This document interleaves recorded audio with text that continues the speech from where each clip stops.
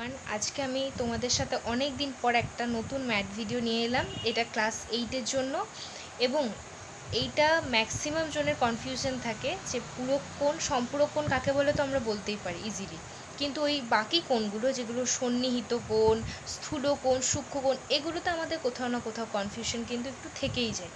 তো তার জন্য আজকে আমরা এটা নিয়ে ডিসকাস করব। তো আমরা আজকে চ্যাপ্টারটা আমরা আগেই বলে দিয়েছি, আমি দেখো তোমাদের সুবিধার জন্য আমি লিখে নিয়েছি পূরক কোণ, সম্পূরক কোণ ও সন্নিহিত কোণ। আমরা পূরক কোণ কাকে বলতে পারি, দেখো যে সকল কোণের মান 90 ডিগ্রি হয়, একটা অ্যাঙ্গেল যখন ডিফাইন করছে আমরা 90 ডিগ্রি বলতে পারি, তখন না একটিকে অপরটি মানে দুটো কোণ দিয়ে দেবে এবং সেই দুটো কোণের প্লাসটা যদি আমাদের 90 ডিগ্রি হয় তখন আমরা বলতে পারি যে একটিকে অপরটির পূরক কোণ। দেখো আমি এখানে একটা ড্র করে নিয়েছি যে একটা অ্যাঙ্গেল যদি আমি 50 ডিগ্রি নিই, একটা যদি 40 ডিগ্রি অ্যাঙ্গেল নিই, তাই দুটোকে প্লাস করলে কিন্তু আমরা 90 পাচ্ছি। তখন আমরা এই দুটো অ্যাঙ্গেলকে একটিকে অপরটির পূরক বলতে পারি।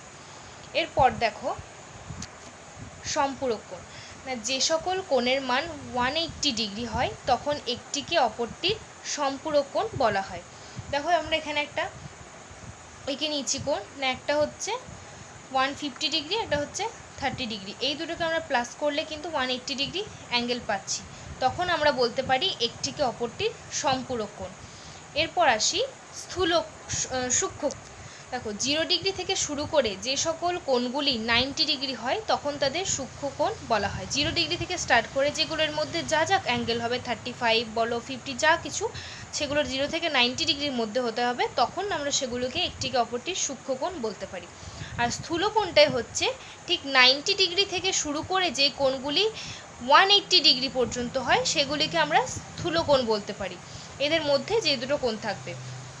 আর সন্নিহিত কোণ আমরা কাকে বলবো না, দেখো যখন সমতলে অবস্থিত দুটি কোণের একটি মাত্র শীর্ষবিন্দু থাকবে এবং কোণ দুটি একটি সাধারণ বাহুর বিপরীতে অবস্থান করবে তখন ওই কোণ দুটিকে একটি অপরটির সন্নিহিত কোণ বলা হয়। একটা সমতলে অবস্থিত একটা কোণের দুটি কোণ যার একটি মাত্র শীর্ষবিন্দু থাকবে, এই যে দেখো ঠিক এই ছবিটা যদি বলি, একটা সমতলে অবস্থিত একটি কোণ যার একটি মাত্র শীর্ষবিন্দু থাকবে, কিন্তু আর কোণ দুটি কী হবে, শীর্ষবিন্দুর বিপরীতে অবস্থান করবে, তখন আমরা সেই দুটি কোণকে বলতে পারি যে একটি অপরটি সন্নিহিত কোণ। এরপর আমরা কষে দেখি 6 এক্সারসাইজে চলে যাই। দেখো দেখো এখানে বলেছে কোনটা সূক্ষ্ম কোণ, কোনটা পরস্পর পূরক কোণ, সেগুলোকে নিয়ে আমাদের বলতে বলেছে। তো ফার্স্টেরটাই দেখি। দেখো দুটি সূক্ষ্ম কোণ পরস্পর পূরক হতে পারে কিনা লিখি। দুটি সূক্ষ্ম কোণ পরস্পর, আমরা সূক্ষ্ম কোণের ডেফিনেশন কি দেখলাম না, যে কোণগুলো 0 ডিগ্রি থেকে 90 ডিগ্রির মধ্যে হবে। 0 ডিগ্রি থেকে 90 ডিগ্রির মধ্যে যা কোণ, ধরো আমি একটা কোণ নিয়ে নিলাম 30 ডিগ্রি এবং আরেকটি কোণ নিয়ে নিলাম 60 ডিগ্রি, তাহলে কোণ দুটোকে যদি আমরা প্লাস করি 30 ডিগ্রি প্লাস 60 ডিগ্রি, তাহলে আমার তো ভ্যালু দিচ্ছে 90 ডিগ্রি, তাহলে আমরা এটাকে বলতে পারি একটি অপরটির পূরক কোণ। ঠিক একইভাবে দেখো দুটি সূক্ষ্ম কোণ পরস্পর সম্পূরক হতে পারে না, দুটি সূক্ষ্ম কোণ পরস্পর সম্পূরক হতে পারে না, কারণ আমরা সূক্ষ্ম কোণের ডেফিনেশন জানি যে কোণগুলো 0 ডিগ্রি থেকে 90 ডিগ্রির মধ্যে হবে, কিন্তু সম্পূরক কোণ তো আমরা জানি 180 ডিগ্রি, তার জন্য এটা সম্পূরক হতে পারে না। বলেছে একটি সূক্ষ্ম কোণ একটি স্থূল কোণ পরস্পর পূরক হতে পারে কিনা দেখি। একটি সূক্ষ্ম কোণ 0 ডিগ্রি থেকে 90 ডিগ্রির মধ্যে ধরো 60 ডিগ্রি নিলে, এরপরে তুমি আরেকটা স্থূল কোণ নাও যেটা 90 ডিগ্রি থেকে 180 ডিগ্রির মধ্যে 120, ঠিক আছে, কিন্তু 120 আর 60 ডিগ্রি প্লাস করে তো 180 ডিগ্রি হচ্ছে, তাহলে কি সেটা পূরক হচ্ছে? পূরক হচ্ছে না। এরপর দেখো দুটি স্থূল কোণ পরস্পর সম্পূরক হতে পারে কিনা লিখি।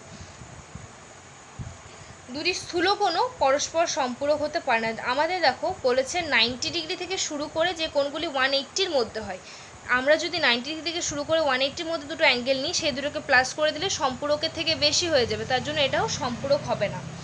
এরপরে বলেছে দুটি সমকোণ পরস্পর সম্পূরক হতে পারে কিনা লিখি। হ্যাঁ, দুটি সমকোণ অবশ্যই পরস্পর সম্পূরক হতে পারে। সমকোণ মানে 90 ডিগ্রি 90 ডিগ্রি প্লাস করলে তো 180 ডিগ্রি অবশ্যই হবে, তার জন্য এই দুটো অবশ্যই সম্পূরক কোণ। একটি সূক্ষ্ম কোণ ও একটি স্থূল কোণ পরস্পর সম্পূরক হতে পারে কিনা লিখি। একটি সূক্ষ্ম কোণ একটি স্থূল কোণ পরস্পর সম্পূরক কিন্তু হতে পারে। দেখো আমরা একটু আগেই বললাম একটি সূক্ষ্ম কোণ যদি বলি 60 ডিগ্রি 0 থেকে 90 ডিগ্রির মধ্যে, আর একটি স্থূল কোণ 120 ডিগ্রি, এই দুটোকে প্লাস করলে কি পাচ্ছি 180 ডিগ্রি, তাহলে এটা অবশ্যই সম্পূরক কোণ হবে। এরপরে বলেছে দুটি সন্নিহিত কোণ পরস্পর পূরক হতে পারে কিনা দেখি। আমরা তো সন্নিহিত কোণ কাকে বলে দিলাম, যে একই সমতলে অবস্থিত যে একটা অ্যাঙ্গেলে সে একটা মাত্র শীর্ষবিন্দু থাকবে এবং কোণ দুটি পরস্পরের বিপরীতে অবস্থান করবে। কিন্তু আমাকে তো কোথাও কোথাও এর ভ্যালুটা বলে দেয়নি, তার জন্য দুটি সন্নিহিত কোণ আমরা ছবি দিয়ে দেখলাম যে একটা অ্যাঙ্গেল একে অপরের বিপরীতে অবস্থান করছে, তাহলে এটা তো আমাদের পুরো কোণ হতেই পারে। এরপরে বলেছে দুটি সন্নিহিত কোণ পরস্পর সম্পূরক হতে পারে কিনা। হ্যাঁ, দুটি সন্নিহিত কোণ পরস্পর সম্পূরকও হতে পারে। সম্পূরকের ডেফিনেশন সন্নিহিত কোণের ডেফিনেশন অনুযায়ী যে একটা কোণ সমতলে অবস্থিত যেটা একটা সাধারণ বাহুর বিপরীত দিকে অবস্থান করবে, সেটা পূরক কোণের হোক কিংবা সম্পূরক কোণ। ঠিক আছে, তাহলে সেটাই আমরা বলতে পারি যে এটা সম্পূরক হতেই পারে। এরপর দেখো এটা বলেছে যে নিচের দুয়ের দাগেরটা, নিচের সন্নিহিত কোণগুলি আঁকি এবং কোন কোণগুলি পরস্পর পূরক অথবা সম্পূরক কোণ লিখি। আমি এখানে ছবিটা আঁকছি না, ছবিটা তোমরা নিজেরা এঁকে নিতে পারবে অ্যাঙ্গেলগুলো। দেখো এখানে বলেছে ফার্স্ট কোণটা কি বলেছে 45 ডিগ্রি, 45 ডিগ্রি প্লাস করলে 90 ডিগ্রি, অবশ্যই সেটা পূরক কোণ হবে। এরপরে 120 ডিগ্রি প্লাস 30 ডিগ্রি, দুটোকে প্লাস করলে কি হচ্ছে 150 ডিগ্রি, সম্পূরক হবে না এবং পূরকও হবে না, কোনোটাই নয়। সেমভাবে দেখো যদি 110কে দেখি আর 70কে দেখি, তাহলে দুটোকে প্লাস করলে কত হচ্ছে 180 ডিগ্রি, এটাও অবশ্যই সম্পূরক হতে পারে। তো তোমরা এভাবেই সবগুলোকে দেখতে পারো। এরপরে বলেছে কোনটি পূরক কোণ দেখি। 31 ডিগ্রি প্লাস 47 ডিগ্রি প্লাস করলে হচ্ছে না, তাহলে এটা পূরক নয়। এরকমভাবে তোমরা ভ্যালুগুলো দেখতে পারো। সেমভাবে এটাও আছে যে নিচের কোণগুলি দেখি, কোন কোণগুলি পরস্পর সম্পূরক লিখি, দুটোকে প্লাস করলে এরপরে দেখলে যে কোনটা পরস্পর পূরক আর পরস্পর সম্পূরক হচ্ছে কি হচ্ছে না।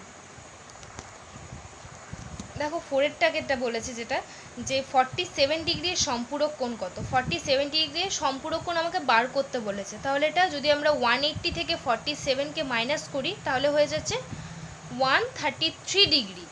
সেটা কি সম্পূরক কোণ? সেটা তো সম্পূরক কোণ নয়। তাহলে এখানে এর সম্পূরক কোণগুলো বার করতে বলেছে, তাহলে এর যদি দুটো সম্পূরক কোণ বার করি, 180 যদি সম্পূরক কোণ হয়ে গেল, তাহলে 130, তাহলে সম্পূরক কোণ কী হলো, একটা 47 আর একটা 130 ডিগ্রি, মানে হচ্ছে এর সাথে এর সম্পূরক হচ্ছে এটা। এরপরে দেখো 58 ডিগ্রির সম্পূরক কোণ কত। 180 থেকে 58 ডিগ্রি মাইনাস করলে হয় 120 ডিগ্রি, তাহলে এই দুটোকে প্লাস করলে হয় 180, তাহলে এটার সাথে 122 সম্পূরক কোণ। এরপরে দেখতে পারি 69 ডিগ্রি।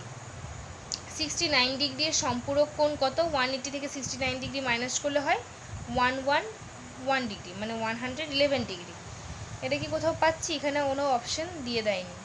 এটাও সম্পূরক কোণ, মানে 180, আমরা তো বলতে পারি না এটা সম্পূরক কোণ, এখানে অপশনটা দিয়ে দেয়নি। এরপরে বলেছে 75 ডিগ্রির সম্পূরক কোণ কত হবে। 75 ডিগ্রির সম্পূরক কোণ 180 থেকে মাইনাস করছি 75 ডিগ্রি, কত হয় 105 ডিগ্রি। এটা বলে দিয়েছে যে সম্পূরক কোণ কত। এরপরে আসি 9-এর ম্যাথটা, যেখান থেকে এই একটা ছবিটা বলে দিচ্ছি এবং এখান থেকে আমায় এক্সের ভ্যালু জানতে চেয়েছে। তো দেখো আমরা এখান থেকে এক্সের ভ্যালু কীভাবে বার করছি। এই ছবি অনুযায়ী আমরা লিখতে পারি যে চিত্রানুযায়ী কি লিখছি, অ্যাঙ্গেল এওডি, অ্যাঙ্গেল এওডি এর ভ্যালু কত দিয়েছে 3x ডিগ্রি। আমরা লিখছি ফার্স্টে angle AOD plus angle DOC, DOC plus angle সিওবিও লিখতে পারো, বিওসিও লিখতে পারো, ইকুয়ালস টু 180 ডিগ্রি। তাহলে আমরা সবার ভ্যালুগুলো পুট করছি। মানে এওডি এর ভ্যালু কত 3x ডিগ্রি, ডিওসি এর ভ্যালু কত 80 ডিগ্রি, আর বিওসি এর ভ্যালু আমরা পেয়েছি x ডিগ্রি। সেখান থেকে আমরা এবার ক্যালকুলেট করব। তাহলে এটা 4x ডিগ্রি হয়ে গেল, 180 minus 80, 4x degree 100x degree equals to পাচ্ছি 100/4, মানে 25 ডিগ্রি, ইকুয়ালস টু 25 ডিগ্রি। করে নাও তোমরা এই ম্যাথটা। নাম্বার 10-এর ম্যাথটা দেখো, এরকম একটা ছবি বলে দিয়েছে এবং আমাকে এখানে একটা কন্ডিশন বলে দিয়েছে যে পাশের ছবিতে অ্যাঙ্গেল এওপি অ্যাঙ্গেল বিওপি এর চেয়ে 140 ডিগ্রি বেশি। তাহলে আমাকে ভ্যালু বার করতে হবে অ্যাঙ্গেল এওপিটা কত, অ্যাঙ্গেল বিওপিটা কত। যেহেতু আমাকে এই কন্ডিশনটা বলে দিয়েছে তাই আমি এটা লিখে নিয়েছি। তাহলে আমরা এখান থেকে ভ্যালুটা বার করতে পারি। ফার্স্টে দেখো লিখছি angle AOP minus angle POB বা বিওপি একই লিখতে পারো ইকুয়ালস টু 140 ডিগ্রি। তাহলে আমরা একটা ইকুয়েশন বানিয়ে নেবো এখান থেকে, angle AOP equals to 140 plus angle POB, এটাকে আমরা ইকুয়েশন 1 দিলাম। ঠিক আছে, আবার করছি অ্যাঙ্গেল এওপি, এরপরে আমরা প্লাস করছি angle AOP plus angle POB সমান 180 ডিগ্রি। এই দুটো কোণ যোগ করে হচ্ছে 180 ডিগ্রি একটা প্লেনের মধ্যে। এরপরে দেখো আমরা অ্যাঙ্গেল এওপি এর ভ্যালু কি পেয়েছি 140 degree plus angle POB equals to plus POB equals to 180 degree. এরপরে তাহলে পিওবি প্লাস পিওবি কি পেয়ে গেলাম 2 POB equals to 180 minus 140 degree. তাহলে 2 পিওবি ইকুয়ালস টু 40 ডিগ্রি। ঠিক আছে, তাহলে এখান থেকে দেখো পিওবি এর ভ্যালু আমরা লিখে নিলাম যে 20 ডিগ্রি পেয়ে গেলাম। তাহলে ইকুয়েশন 1-এ পাচ্ছি, ইকুয়েশন 1-এ বসিয়েছি angle AOP equals to 140 plus 20 degree. তাহলে দুটোকে প্লাস করলে 160 ডিগ্রি। আমাকে তো কন্ডিশন তাই বলে দিয়েছিল যে অ্যাঙ্গেল এওপি এর ভ্যালু যেটা হবে বিওপি এর চেয়ে 140 বেশি হবে। তাহলে আমরা অ্যাঙ্গেল এওপি পেয়ে গেলাম 160 ডিগ্রি আর বিওপিটা পেয়ে গেলাম 20 ডিগ্রি। ওকে, নাম্বার 11 দেখো, এটা লিখছি না, এটা লেখার দরকার নেই। বলেছে দুটি সন্নিহিত কোণের মান দিয়ে দিয়েছে 35 ডিগ্রি প্লাস 145 ডিগ্রি। বলেছে সন্নিহিত কোণের বহিস্থ বাহু দুটি কিভাবে অবস্থিত লিখি। দুটো সন্নিহিত কোণ দিয়ে দিয়েছে, তাহলে সন্নিহিত কোণ দুটোকে যদি আমরা প্লাস করছি কত হচ্ছে 180 ডিগ্রি। তাহলে সন্নিহিত কোণ দুটি একটি অপরটি সম্পূরক বোঝাই যাচ্ছে, তাহলে বহিস্থ কোণ দুটি একই সরলরেখার অবস্থান করছে। ঠিক আছে, এরপরে 12-এরটায় আসি। দেখো 12-এর ছবিটা আমি এঁকে নিয়েছি। বলেছে পাশের ছবিতে কোশ্চেনটা বলেছে ও এ আর ও ই কীভাবে অবস্থিত লিখি। তো আমি এখানে ছবিটা এঁকে নিয়েছি, এবার আমি দেখো বার করছি। প্রথমে লিখছি দেখো ইওডি, ইওডি এর ভ্যালু কত 24 ডিগ্রি দিয়ে দিয়েছি, প্লাস লিখছি ডিওডি, সবগুলোকে একসাথে প্লাস করছি সব অ্যাঙ্গেলগুলোকে, ডিওসি সিওবি প্লাস হচ্ছে এ ও বি ইকুয়ালস টু হচ্ছে এই পুরো অ্যাঙ্গেলটা ই ও এ। তাহলে এবার ভ্যালুগুলো দিচ্ছি, ইওডি কত 24 ডিগ্রি, এটা 81 ডিগ্রি, এটা 55 ডিগ্রি, এটা 20 ডিগ্রি অ্যাঙ্গেল ইও।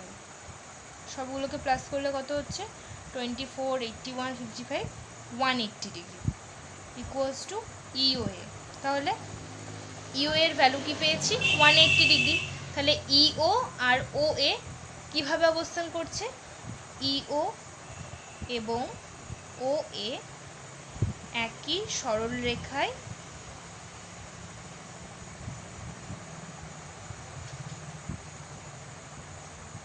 অবস্থান করছে।